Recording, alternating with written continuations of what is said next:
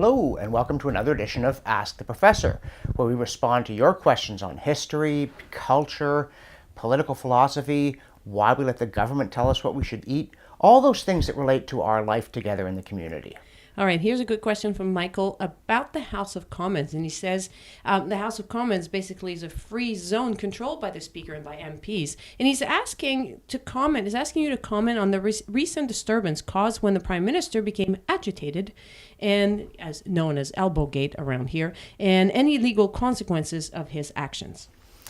I regard what the Prime Minister did in the House of Commons as a very serious business indeed. That doesn't mean I'm going to put the suffix "gate" on it.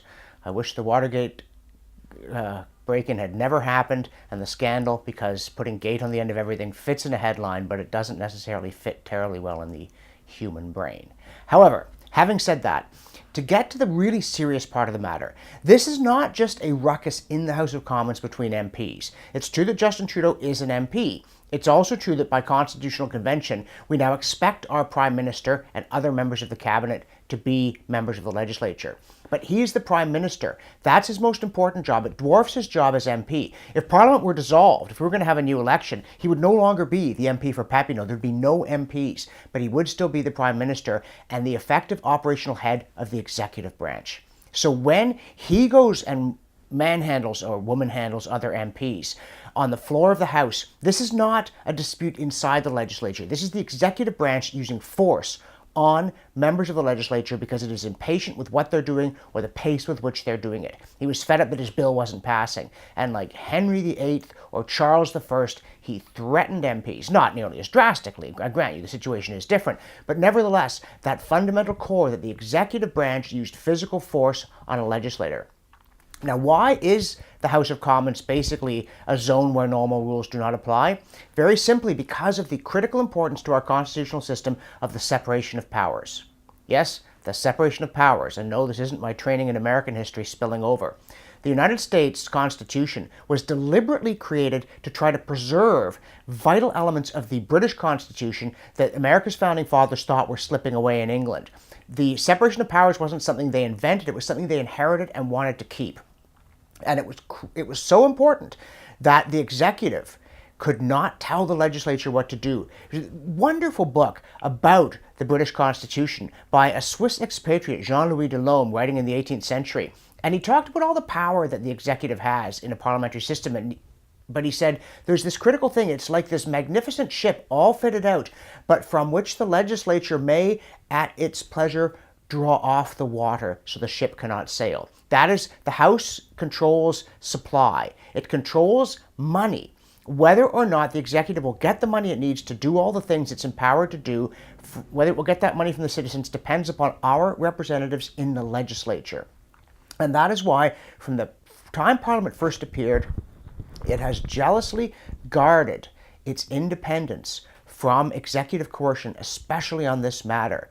And you see this in particular in 1642 when Charles I, frustrated by 5 MPs particularly given to defying him, burst into the Commons chamber with a band of armed men, dragged the Speaker from his chair, and demanded to know their whereabouts.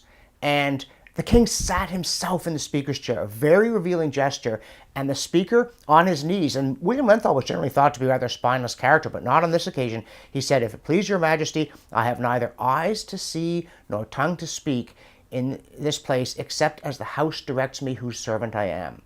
And Justin Trudeau was in the role in a obviously less bloody way, but he was in the role and position of Charles I when he started ordering MPs around and physically grabbing them. Since that episode in 1642, no British or Canadian monarch has dared to enter the House of Commons while it was in session. And yet the Prime Minister, who is now the executive branch in the way that the king used to be, did not even hesitate. He was masterful, he was determined, he was seizing control to push MPs around. Now he's taken something of a rhetorical and political beating for it.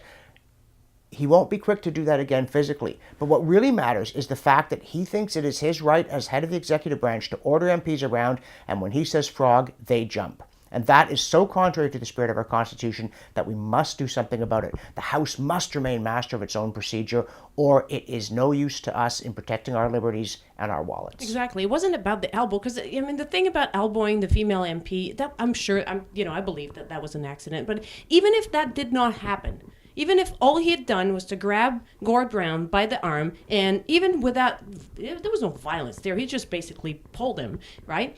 That's still wrong, even if there's no actual violence. It is up to the Speaker, the representative of MPs, to control what happens in the House. The Speaker determines when the House votes, determines the outcome of votes. When does the House sit? When does it rise? Who is given the floor? Everything about how the House operates, including disciplining its members if, among other things, they are not taking their seats in time for a vote. It all belongs to the Speaker because it belongs to the House. When the executive usurps that function, then the House, in a very real sense, has ceased to sit, even though its members are still present, acting as though they were legislators. Mm-hmm. And the worst thing about this whole thing is that most people commenting on this story, even people who should know better, fail to see that point.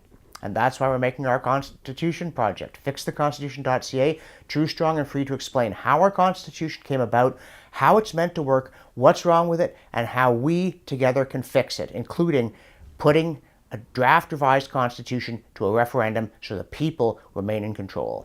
Did you admire how smooth that was, that I could just hand you a nice opportunity to plug the documentary? Did you admire the fact that I didn't fumble it? Good for you. All right. Thanks for that, folks. If you want to play along, look on your screen. The URL you see will take you to a page where everything is explained if you want to ask your question of the professor. Thanks, and see you next time.